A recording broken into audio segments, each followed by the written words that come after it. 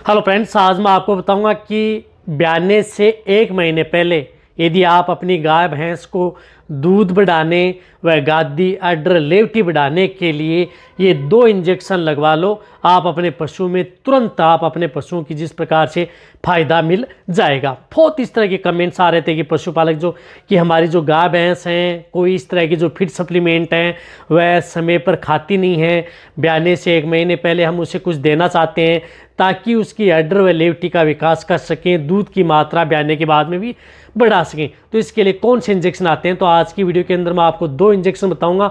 उन इंजेक्शनों का उपयोग यदि आप अपनी जो गाय भैंस हैं उनमें डिलीवरी होने से 1 महीने पहले यदि वो इंजेक्शन अपनी गाय भैंस को लगवा लेंगे, कब कैसे लगाना चाहिए, कितनी डोज देनी चाहिए, तो आप अपने पशु में बहुत ही ज़्यादा बेनिफिट देखने को मिलेगा। वीडियो ज़रूर लंबी होगी लेकिन स्किप करके मत देखना, पूरा देखना। चैनल पर नए आए हैं या पहली बार जुड़े हैं तो पहली बार आप चैनल को सब्सक्राइब कर लें, साथ में बेल आइकन और ऑल वाला ऑप्शन दबाएं। आपको पता है कि चैनल पर सही, सटीक और साइंटिफिक मेथड से आपको जानकारी दी जाती है। देखो, बहुत इस तरह के जो पशुपालक हैं उनकी भी शिकायत रहती है कि हम कौन सा इस तरह के इंजेक्शन लगाएं ताकि पशु में ज़्यादा बेनिफिट मिले। इस तरह के इंजेक्शन बताए जाएंगे जो कि आपकी गाय भैंस को बेनिफिट यानी फ़ायदा दें, नुकसान किसी भी तरह का ना दें। और साथ साथ में जो कई बार जो भैंस होती हैं उनमें सबसे ज़्यादा दिक्कत होती है कि उन्हें वो जो पाउडर देते हैं या लिक्विड देते हैं वह बिल्कुल भी खाती नहीं है।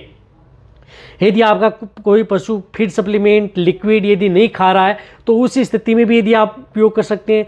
या यदि आपका पशु प्रेगनेंसी स्टेज में कमज़ोर है और आप उसे दे तो रहे हैं सब कुछ लेकिन पशु कमज़ोर है, तो कमज़ोरी से उबारने में भी आप उन इंजेक्शनों का उपयोग कर सकते हैं। साथ में यदि आप अपने पशुओं की जिस प्रकार से प्रेगनेंसी स्टेज है तो पशुओं की इम्यूनिटी बढ़ाने में भी उनका बहुत बड़ा रोल होता है।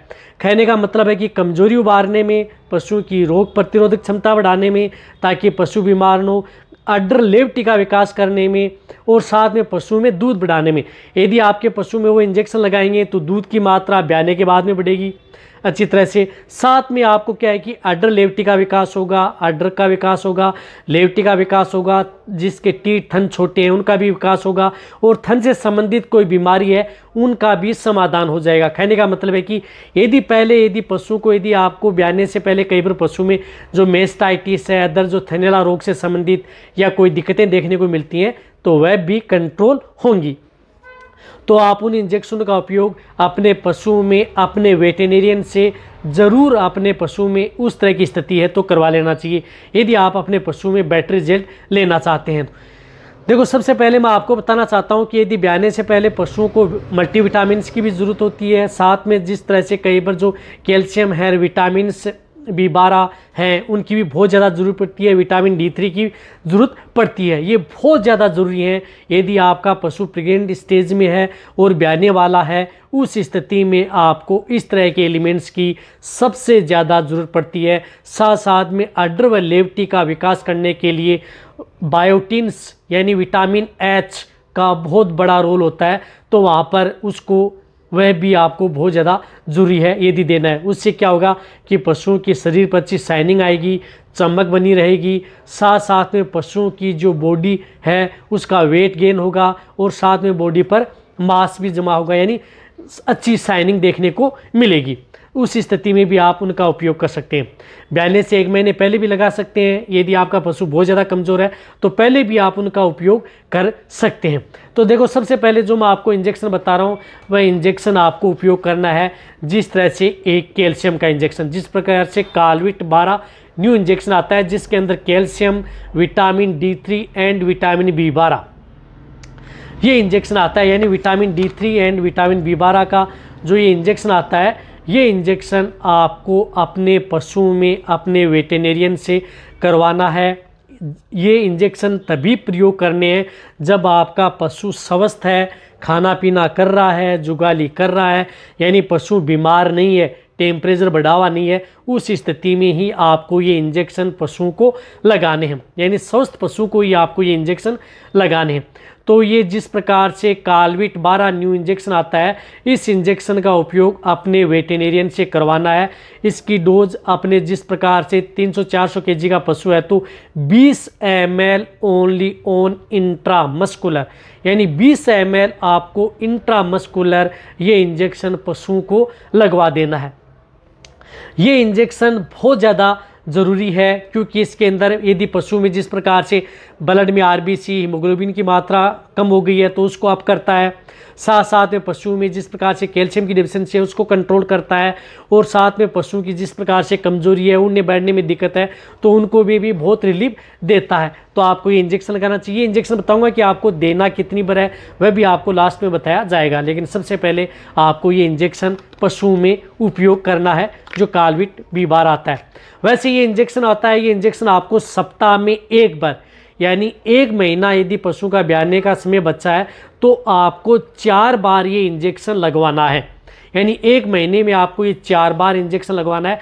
सप्ताह में एक बार 20 ml पशु को ये इंजेक्शन लगवा दें।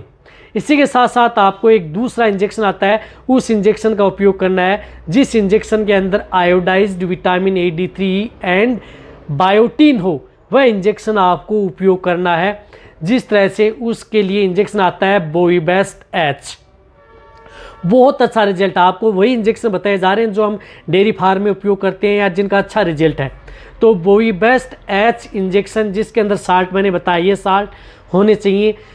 ये इंजेक्शन आप अपने पशु को ज़रूर लगवाना है। ये इंजेक्शन यही इंजेक्शन है आपके पशु के लिए अड्डर का विकास करने में, गादी बढ़ाने में, कमजोरी दूर करने में, पशु की इम्यूनिटी बढ़ाने में, या किसी भी तरह के पशु में थनैला रोग है उससे बचाव के लिए, या अदर कोई बीमारी हो गई है उनसे बचाव के लिए इस इंजेक्शन का उपयोग अपने पशुओं में ज़रूर करवाएं। अब इसकी डोज जो प्रेग्नेंट पशु हैं उनमें आपको सिर्फ 5 ml, यानी 5 ml इंट्रामस्कुलर ये इंजेक्शन आपको लगाना है। कहने का मतलब है कि ये 5 ml आपको ये इंजेक्शन इंट्रामस्कुलर पशुओं को लगवा देना है।